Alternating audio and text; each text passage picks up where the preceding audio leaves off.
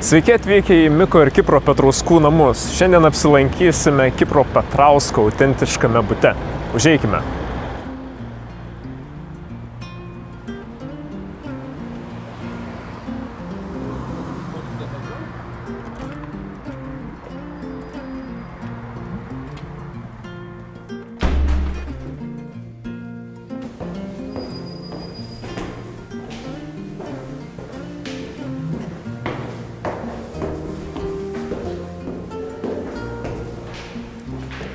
O dabar mes praversime duris į Kipro Petrausko butą.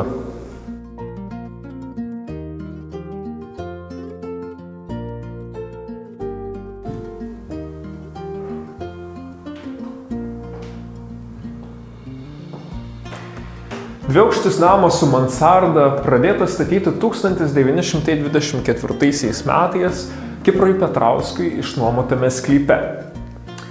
Name buvo įrengti 6 butai.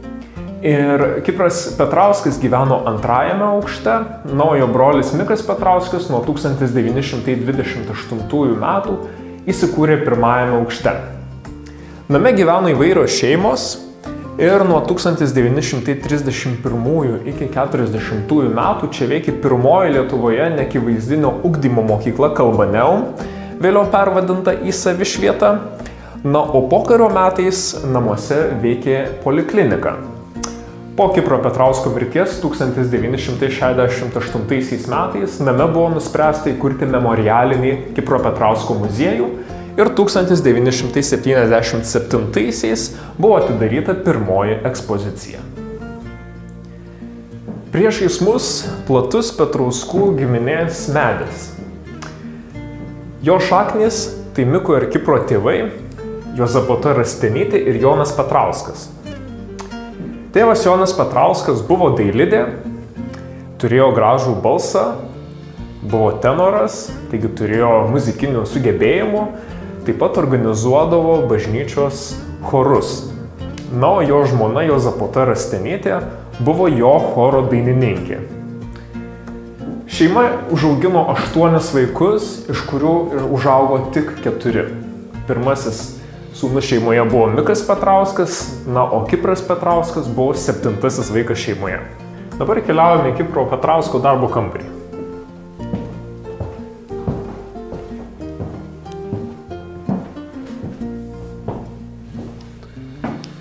Esame darbo kambaryje, kuris apstatytas autentiškais baldais.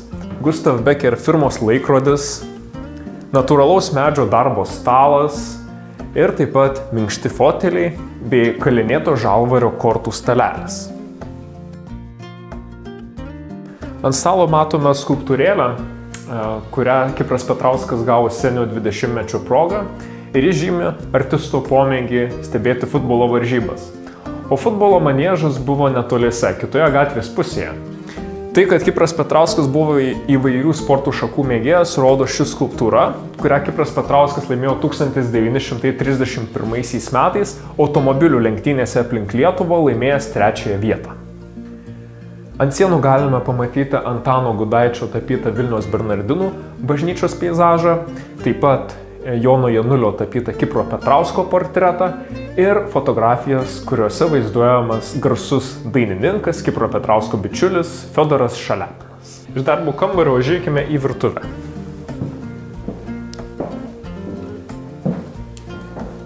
Virtuvėje galime pamatyti autentišką krosnį, ant kurios Petrauskų šeimos virėja gamino maistą. Namą šildė Rusija buvusi anglimis kūrenama krosnis. Kipras Petrauskas buvo itin populiarus operos solistas. Jam dar begyvenant šituose namuose šalimais esanti gatvė buvo pavadinta Kipro Petrausko vardu, o muilo fabrikas Berar ir Co. Kipro Petrausko vardą panaudojo gaminant Kipro Petrausko tualetinį muilą, kuris dėl kokybiškų žaliavų, gausios reklamos ir žinoma įstabios Kipro Petrausko asmenybės tapo vienu populiariausių Lietuvoje. Vienas iš kambarių yra skirtas kompozitoriui Mikui Petrauskui įamžinti. Eikime. –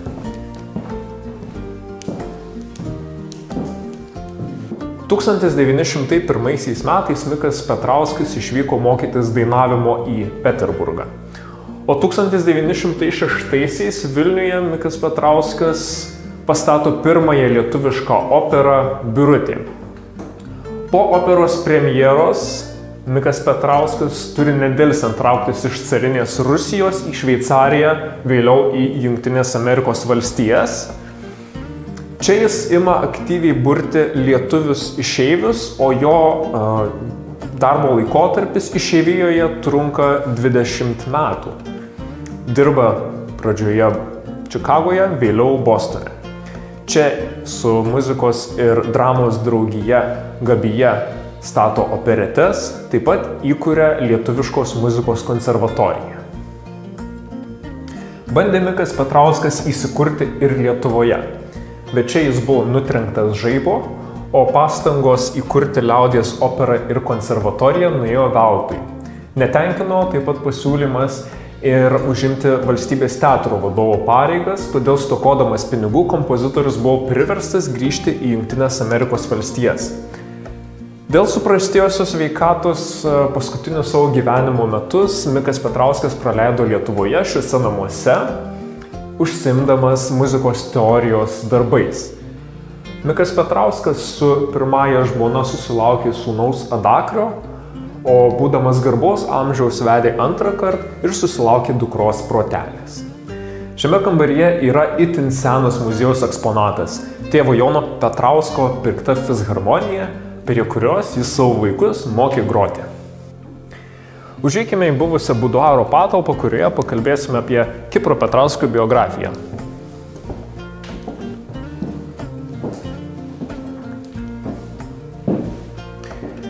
Kipras Petrauskas gimė 1885 metais Ceikiniuose, Ignalinos rajone, ir pirmasis muzikos žinias įgijo iš tėvų ir iš vyresniųjų brolių. Kipras Petrauskas užaugo Labanore, apsuptas gamtos ir miškų. Keliaudamas kartu su broliu Miku išmoko dainuoti ir groti vargonais, vargonavo Gervėčiuose, taip pat Dusmenyse ir Onuškyje. Pirmasis jo debiutas scenoje įvyko 1906 metais Miko Petrausko operoje Birutė. Pakerėtas scenos meno jis išvyko į Peterburgą studijuoti dainavimo. Dar studijuodamas Peterburgo konservatorijoje pradeda vaidinti studentų spektakliuose, vėliau debiutuoja Maskvos teatre. Po sėkmingo pasirodymo ten Mikas Petrauskas priimamas vaidinti į Peterburgo Marijos teatrą pagrindiniams vaidmenims. Ir debiutuoja 1911 metais Hercogo vaidmeniu Giuseppės Verdžio operoje Rigoletas. Peterburgo publika itin pamėgo jauną gražų lyrinį tenorą Kiprą Petrauską. Ypač į jo spektaklius veržėsi jaunos gimnazistės, kurios jam siuntė laiškus ir dovanas. Lietuvai paskelbus nepriklausomybę, Kipras Petrauskas į Lietuvą galiausiai grįžta 1920 metais ir įstoja į kariuomenę, kur kartu su kitais menininkais keliauja po pafrontę ir rengia koncertus ten kariaujantiems kareiviams. Tuo pat metu jis rūpinasi operos reikalais ir miesto teatre 1920 gruodžio 31 dieną debiutuoja Giuseppės Verdžio Traviatoje atlikdamas Alfredo vaidmenį. 1921 metais Kipras Petrauskas išvyksta į Italiją, vėliau dar kartą pasimokyti italų kalbos. Iš ten jis rašo ilgiausius laiškus savo meiliai, būsimai žmonai Elenai Žalinkevičaitei, su kuria susipažino Traviatos perklausų metu. 1924 metais solistas debiutuoja Žoržo Bize operoje Carmen, atlikdamas San Jose vaidmenį, ir Giacomo Pučinio operoje Toska, atlikdamas Kavardosio vaidmenį. 1926 metais Kipro Petrausko sceninės veiklos jubiliejus buvo paminėtas labai plačiai. Daugybė sveikinimų, straipsnių, dovanų. Štai viena iš dovanų ši sidabro taurė, kurią padovanojo valstybės teatro kolegos su išraižytais autografais. Be įtempto darbo valstybės teatre Kipras Petrauskas gastroliavo garsiausiuose pasaulio teatruose – Rygoje, Milane, Barselonoje, taip pat netgi Pietų Amerikoje – Argentinos, Čilės, Brazilijos, Urugvajaus teatruose. 1936 sceninės veiklos 25-metį minint, Kipras Petrauskas buvo apdovanotas Gedimino pirmo laipsnio ordino, o jam buvo paaukota 70 000 litų suma, už kurią jis įsigijo Rainių dvarelį netoli Telšių. Eleną Želinkevičaitę Kipras Petrauskas vedė 1928-aisiais. Šeima atsiskyrusi buvo tik Antrojo pasaulinio karo metu.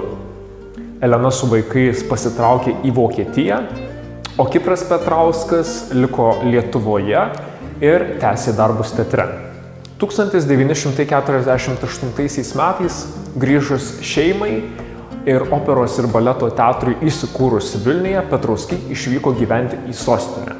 Ten Kipras Petrauskas dainuoja operos ir baleto teatre, taip pat dėsto dainavimą Lietuvos konservatorijoje, dabartinėje Lietuvos muzikos ir teatro akademijoje, o jo mokiniais yra vėliau žymus tapę muzikantai Leonidas Muraška, Valentinas Adamkevičius ir Virgilijus Noreika. Po įtempto darbo valstybės teatre Kipras Petrauskas mokėdavo puikiai praleisti laiką ir atsipalaiduoti gamtoje. Jis buvo užkietėjęs žvejys ir medžiotojas, stendinio šaudymo mėgėjas, pelnęs daugybę apdovanojimų šioje sporto šakoje. Taip pat mėgdavo stebėti futbolo, ledo ritulio varžybas, buvo daugelio besikuriančių sporto šakų ir organizacijų rėmėjas ir apdovanojimų steigėjas. Ekspozicijoje yra eksponuojami Kipro Petrausko medžioklės ir žvejybos atributai ir fotografijos. Grįžtame į svetainę. Tai originaliai išplanuotas kambarys, viso buto centrinė dalis. Sienų dekoras yra restauruotas, o ant sienų kabo žymiausių tarpukario dailininkų darbai. Antano Žmuidzinavičiaus, Petro Kalpoko, Adomo Varno, Kajetono Sklėriaus ir kitų menininkų darbai. Taip pat bute yra gausu memorialinių Petrauskų šeimos daiktų. Viršuje kabo originalus šviestuvas, restauruotas baldų komplektas, stalas su kėdėmis, o po juo guli lietuviškais geometrizuotais art deco raštais puoštas ryškiaspalvis kilimas. Einame į paskutinį Elenos kambarį ir čia mus pasitinka art deco minkštų baldų komplektas, sofa ir 4 foteliai lenktomis atramomis. Kaune Elena lankė muzikos mokyklą, baleto studiją, mokėsi Antano Sutkaus vaidybos mokykloje. Vaidino Vilkolakio, Tautos teatruose, vėliau dirbo valstybės teatre, kur sukūrė daugybę komiškų vaidmenų, buvo puiki aktorė. Taip pat režisavo vieną savo sukurtą pasaką, išvertė daugiau negu 20 operų libretų, o pasivadinusi Alis Sidabraitės slapyvardžiu sukūrė eilėraščių rinkinį Eskizai. Kartu su Kipru Petrausku Elena užaugino 3 vaikus – Leoną, Guodą, Aušrą, o būdami garbingo amžiaus į šeimą priėmė ir įsūnijo Marių. Vokiečių okupacijos metu priglaudė ir išgelbėjo Danutę Pomerancaitę, žydų mergaitę, žymaus žydų muzikanto, džiazo atlikėjo Danieliaus Pomeranco dukterį.